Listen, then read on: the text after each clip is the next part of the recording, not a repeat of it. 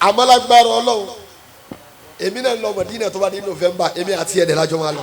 sallallahu alayhi wa sallam. Allahumma salli ala Muhammadin wa sallim. sallallahu alayhi wa sallam. Allahumma salli ala Muhammadin wa sallim. Anakumullah. Ntoni ma sọ fọjà ẹ. Sallallahu alayhi wa sallam. Mo fẹ́ nu ara ẹ̀ wá lọ sọ́fẹ̀. Ọmọ anabi kìlọ̀ pàtó tóbi lọ́dọ̀ anabi. Wọ́n là ń kí anabi jù. Ṣé ká máa kó kí bó ni?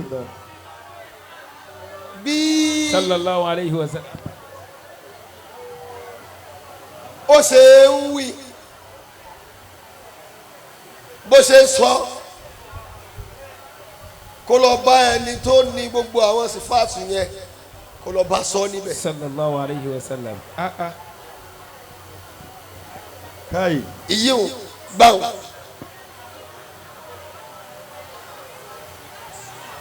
ẹlẹ́nkejì. sallallahu alayhi wa sallam bi anna ahmada yodi zalik qasidi. àfa bada. mani àná sọ pé zikiru nabi mahabatu nabi Sallallahu alayhi wa sallam. wa marifatu nabi Sallallahu alayhi wa sallam. nǹkan mẹ́ta ọ̀tọ̀ọ̀tọ̀ ni. Masha Allah.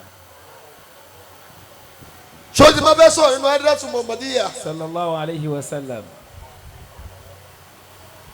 Professor ni mi mo ka kéwù gan mo kàwé gan má bàa mi jiyàn bẹ́ẹ̀ yẹn o ìtò ló wà ló mọ̀ yẹn o ìtẹ́bí wà ni mo ń sọ yìí. Sallallahu